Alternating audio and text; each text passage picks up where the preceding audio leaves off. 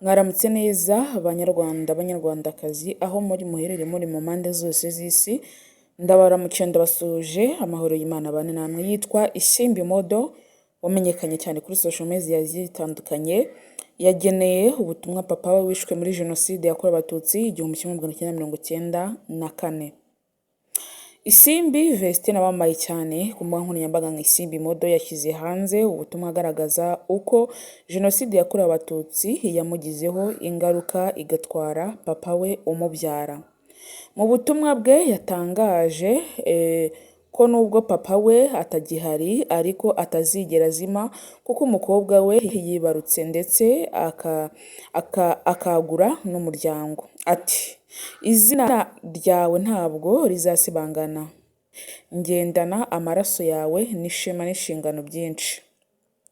Umukobwa wawe ubu yashyingiranywe n'umugabo udasanzwe wari kuzamukunda, afite abuzukuru 2.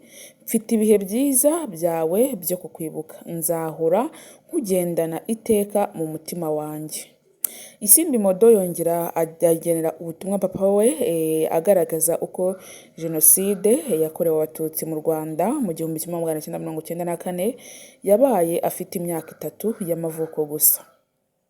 Imyaka umwana aba ari inzirakarengane, aseka ndetse yerekwa urukundo. Kuko we siko byagenze, ntabwo we byaranzwe no kubura abe no kurokoka. Gusa yaje kuba imfubyi itagira kirengera, inkuru itigeze ahitamo. Ariko kuri ubu yahisemo guha icyubahiro papa we. Isimbi Modo akomeza agenera ubutumwa papa we agira ati, avuga ko ku myaka 32 ishize ntabwo yibuka gusa uburibwe, ahubwo nibuka imbaraga zanshibutse muri ubwo buribwe, kuko ubu yakuze ndetse yakize ibikomere. Ati nyuma y'imyaka 32 ntabwo nibuka gusa uburibwe, ahubwo nibuka imbaraga zanshibutswemo. Ndi hano narakuze, nakize ibikomere nubwo numvaga ko bitashoboka. Muri buri nkovu ngendana umurage w'abatarabashije kuba bakiriho ubu. Twibuke ku nshuro ya 32 kandi twibuke twiyubaka. Ubwo nibwo butumwa Isimbi Modo yageneye papa we wamwibarutse akaza kuba yarishwe muri jenoside yakorewe abatutsi 1994. Isimbi Modo kuri ubu ngubu afite abana 2 kandi afite n'umugabo uturuka mu gihugu cya Israel. Israel ni igihugu cyiza twese tujya twumva mu mateka, kuko Abisiraheli babashije kwambuka iriya nyanja itukura bava mu gihugu cya Egiputa aho bakoreshwaga ubucakara ndetse bakaba babaho nabi. Rero umugabo wa Isimbi Modo arasenga, kandi na Isimbi Modo abantu benshi baramuzi. Ni umumama mwiza udasanzwe ufasha abantu bababaye kandi ufasha Abanyarwanda muri rusange, afasha umuntu wese ubabaye. Rero ubwo ni ubutumwa yageneye papa we ku nshuro 32 turi kwibuka abazize jenoside yakorewe abatutsi. Turagira ngo tumukomeze kandi akomeze kwihangana, si we wenyine ahubwo ni u Rwanda muri rusange. Ntabwo bari bonyine, turahari kugira ngo tubakomeze kandi duharanire imbaraga zacu nk'Abanyarwanda, dusenyere umugozi umwe, ubumwe buturange. Rero umugabo wa Isimbi Modo uturuka mu gihugu cya Israel mu minsi yashize bagiye gushima Imana, aho byari ibintu bidasanzwe kwa Apotre Mignoni, aho byari ibintu bidasanzwe cyane, aho bashimye Imana ku myaka 9 bari bamaze batabona urubyaro. Muri iyo myaka 9 Imana iza kubaha umwana mwiza w'umukobwa, bari bagiye gushima Imana.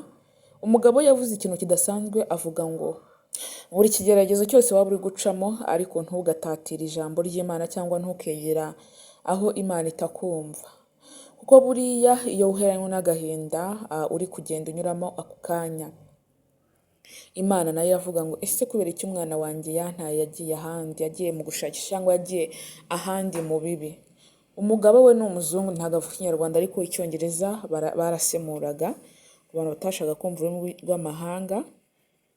Ariko yashimye Imana ndetse na cyane ashimira itorero rya Women Foundation aho bari bagiye gushima kwa Apotre Mignone.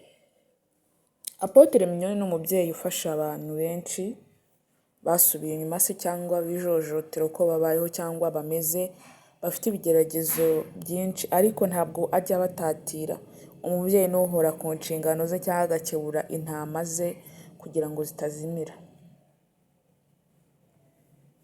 Rero Imana nikomeze imugirire neza kandi ikomeze ibane nawe ndetse na famiye ye.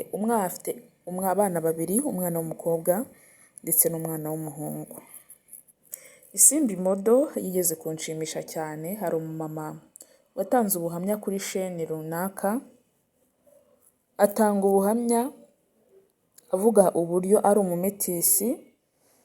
Isimbi Modo yagiye akura mu butunzi bwe ahereza umumama ubabaye. Umunyarwanda niwe waciye umugani aravuga ngo jya ugira neza wigendere, kuko ineza uyisanga imbere, kandi ntabwo ugirirwa n'umuntu wakugiriye neza, oya, ugirirwa na wa wundi utazi, wa wundi uba uvuga ngo ese uyu nguyu uko namugiriye neza kubera iki ngiye atari kungirira neza, oya. Ariko iyo ugira neza ugafasha umuntu ubabaye, uriya muntu uri gufasha, Imana ikugirira neza kandi ugasasanga Imana iguhaye amahoro, iguhaye umugisha mwinshi utagendeye kuri wa wundi wafashije. Isimbi Modo atangirwa ubuhamwa n'abantu benshi cyane, akavuga uburyo agira neza, agira umutima mwiza, afasha, akumva imfubyi n'abapfakazi, akumva umuntu wese ubabaye, kuko uburibwe yanyuzemo, uburibwe yahuriyemo nabwo nawe nibwo agenda afashisha abandi.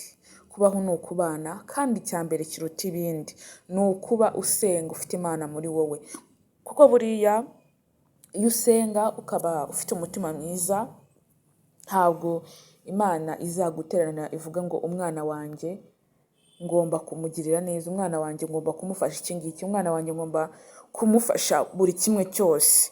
Ako ngako kakagendana, haba mu gitondo haba nimugoroba ukakagendana.